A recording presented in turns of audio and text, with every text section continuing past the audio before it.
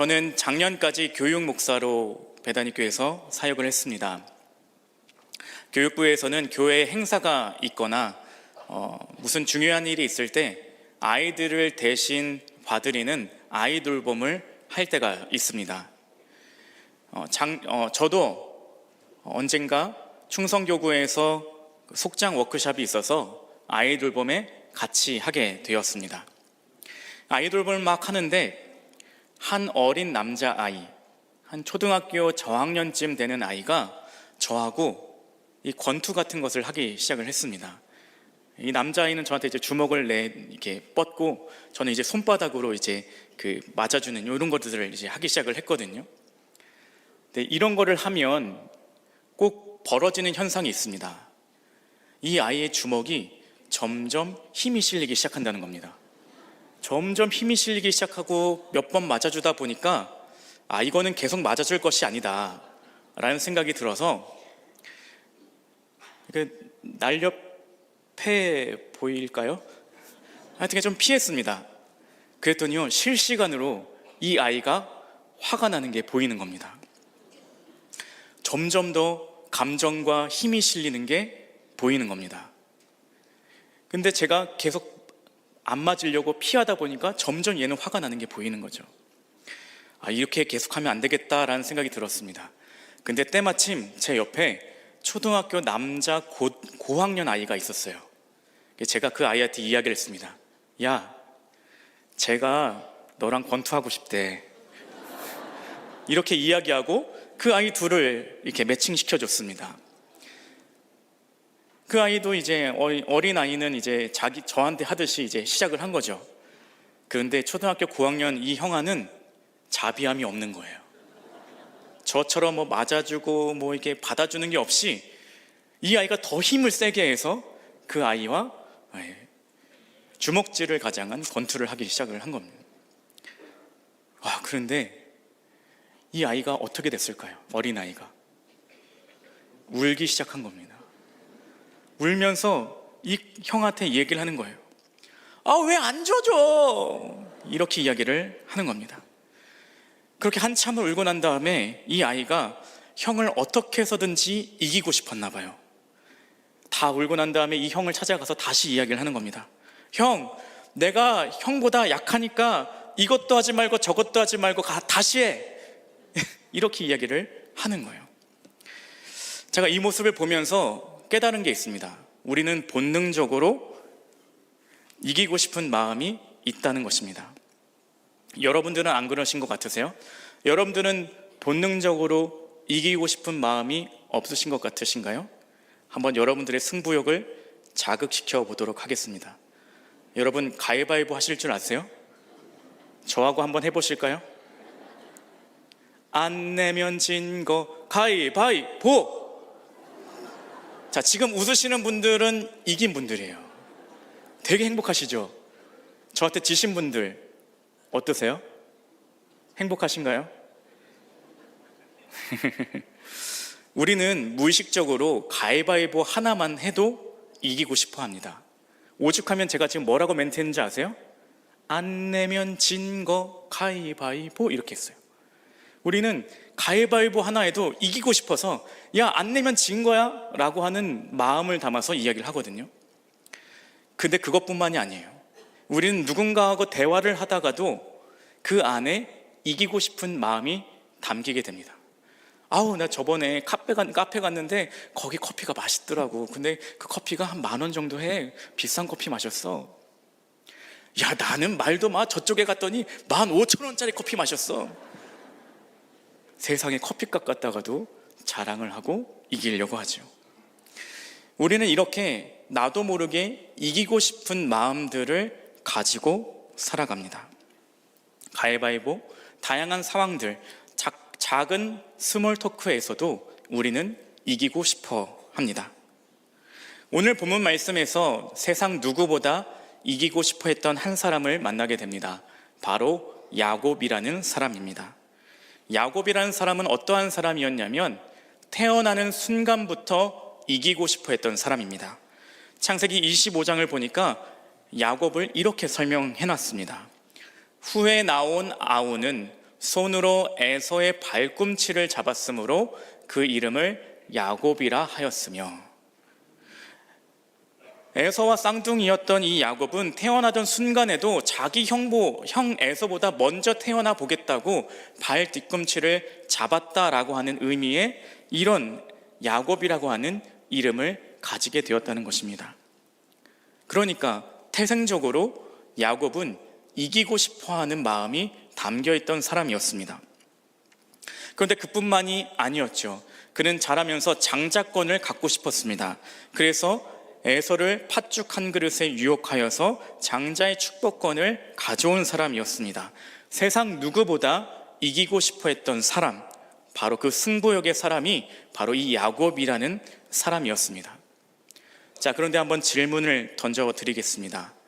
그렇게 승부욕의 사람, 이기고자 했던 이 야곱, 그의 삶이 평안하기만 했을까요? 늘 기뻤을까요?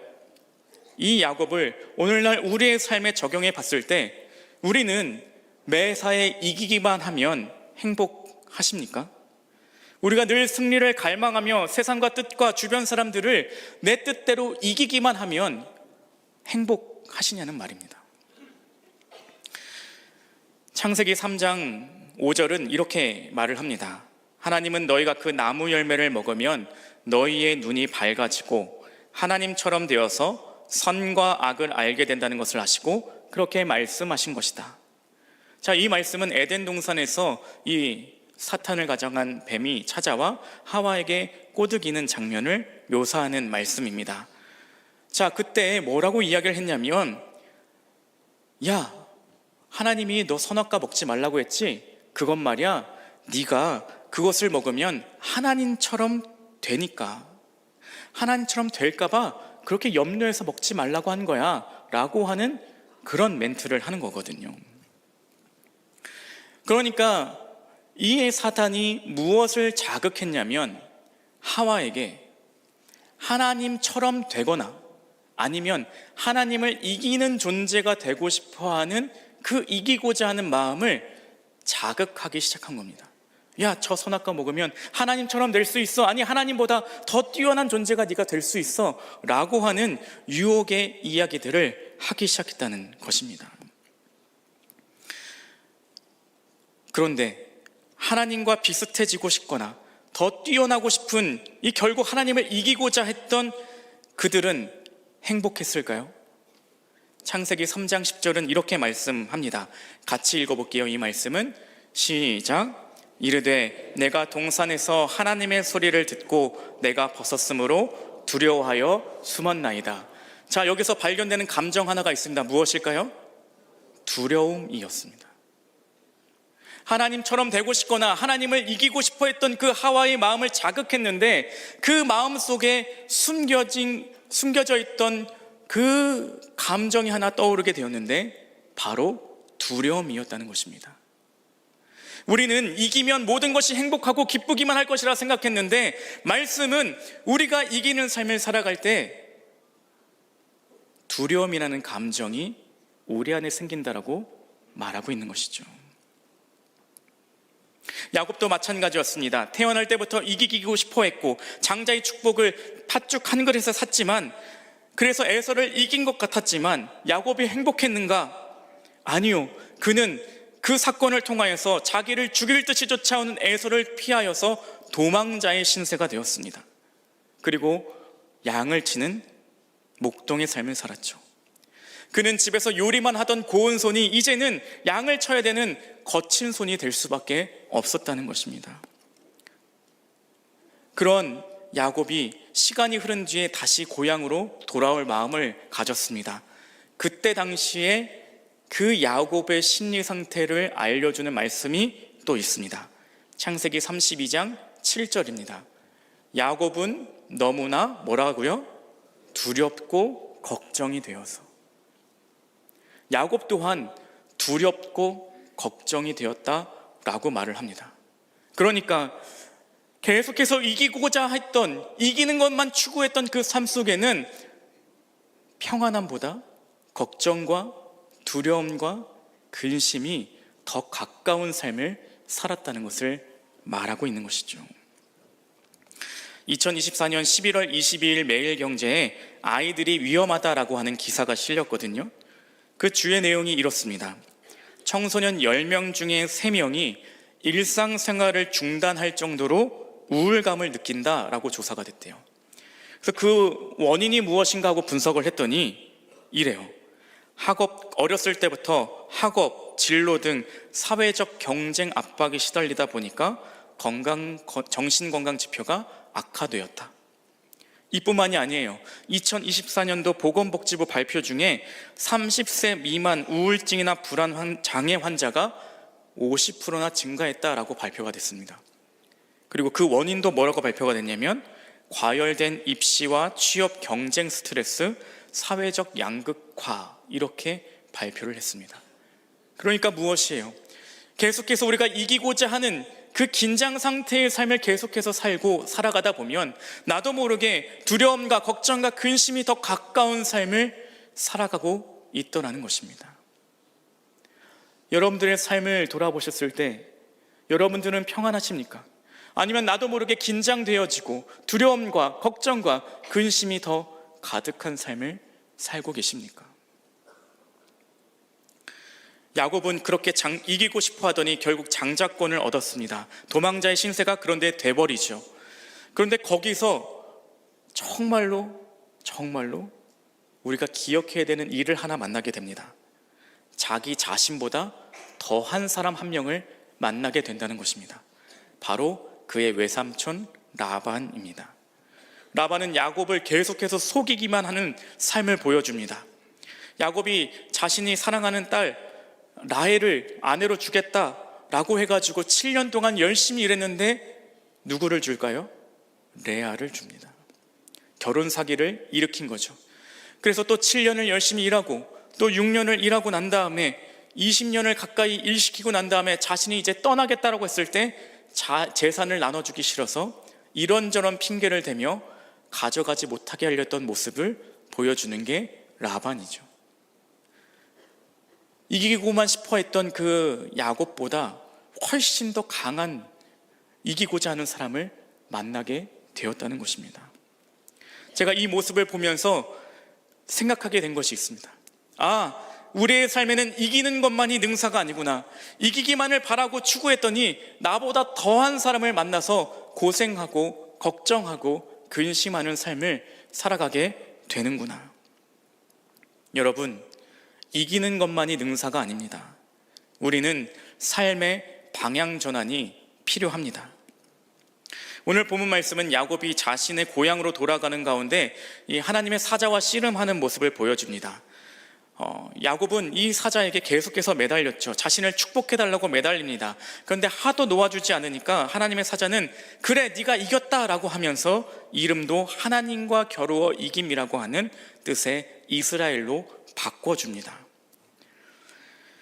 그런데 이 하나님의 사자는 야곱을 이길 힘이 없었던 게 아닙니다. 실제로는 야곱에게 져준 것입니다. 져준 것이에요. 왜 그 사자는 져주었을까? 그것은 이길 능력이 없었던 것이 아니라 사랑의 표현이기 때문에 그렇습니다. 하나님은 우리를 지금까지도 여전히 사랑하십니다.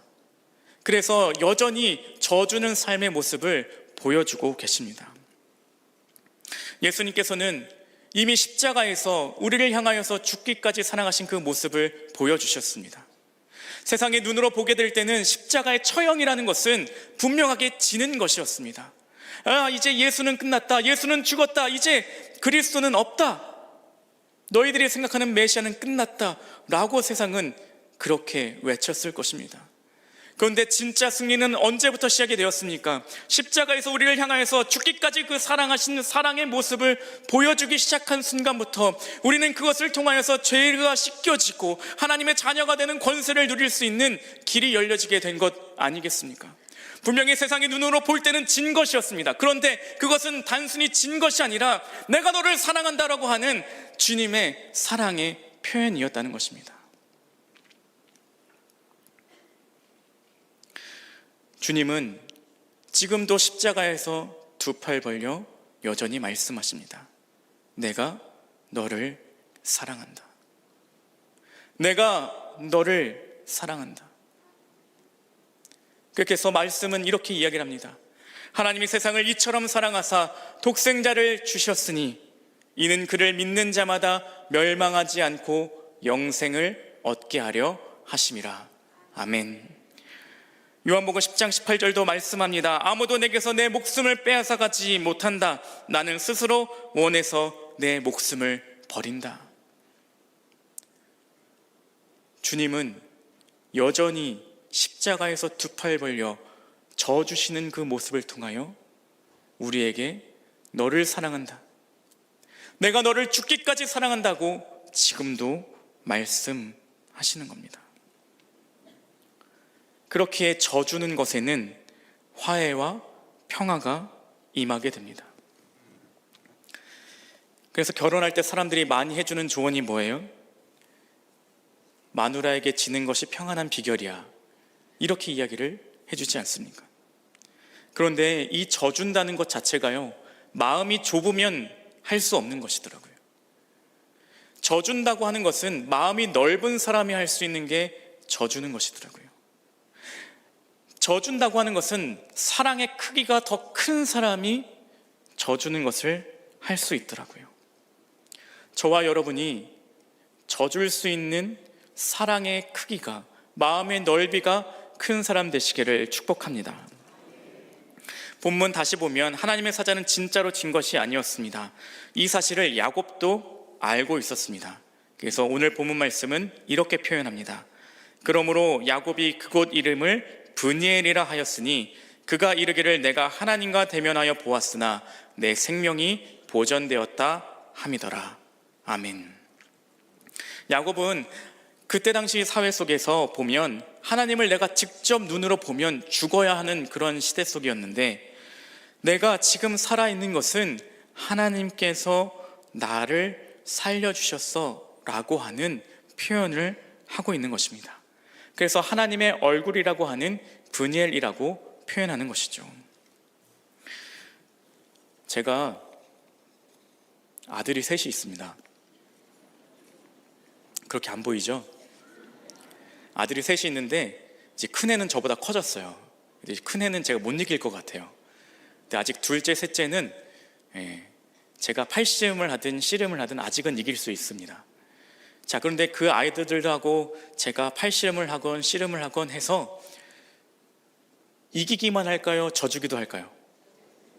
우리 집을 확실히 왔다 가신 게 분명해요, 여러분들은. 져주기도 하거든요. 자, 그러면 져주었을 때 아이들은 기뻐할까요? 아주 기뻐할까요? 아주 기뻐해요. 근데 여러분들 잘 아시죠? 제가 힘이 없어서 졌을까요? 져주었을까요? 역시 여러분들은 제 마음을 너무나도 잘 알아주십니다. 그런데 제가 그 졌다고 기분이 아주 나쁠까요? 기쁠까요? 다시요? 졌다고 기분이 나쁠까요? 기분이 좋을까요? 기분이 좋습니다. 왜 그럴까요? 사랑하기 때문에 그렇죠. 제가 아들을 너무나도 사랑하니까 씨름에서 져주었을 때도 그 의기양양해하는 모습을 바라보면서도 제가 졌지만 기쁘다는 것이죠.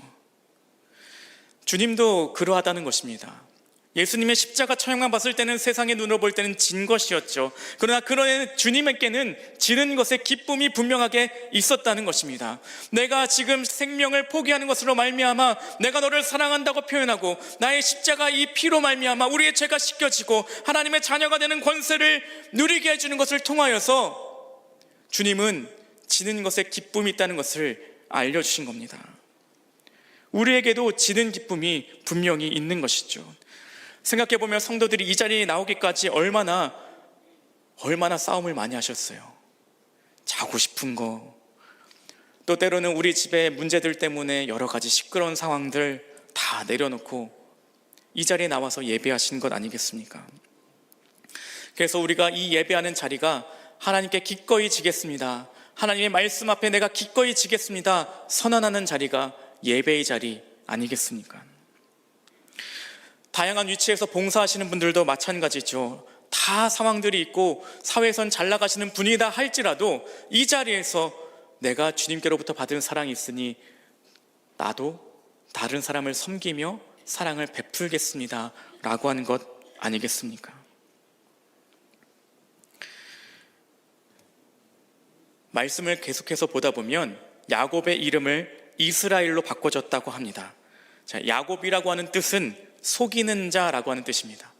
근데 이스라엘은 하나님과 겨루어 이긴 자라는 뜻을 가지고 있습니다. 그러니까 이것이 단순히 이겼다라고 하는 표현보다 하나님께서 져주었다라고 하는 표현이 그 안에 담겨져 있다는 것입니다. 이제는 속이는 자의 삶을 넘어서 하나님께서 져주신 그 사랑을 기억하며 그 사랑을 나누고 베풀며 살라고 하는 하나님의 명령이 그 안에 담겨 있는 것입니다. 곧 기꺼이 지는 기쁨을 누리는 삶을 살라는 말씀을 담아서 이스라엘이라고 하는 이름을 바꿔주었다는 것입니다. 제가 교육목사 하면서 코로나를 지나갔습니다. 그때 안타깝게도 학생들 중에 교회나 신앙을 떠나는 친구들도 있었거든요. 그런데 어느 그 아이들 중에 어떤 한 명이 고3이 되었는데 그동안 안 나오다가 고3 때 갑자기 나타났어요.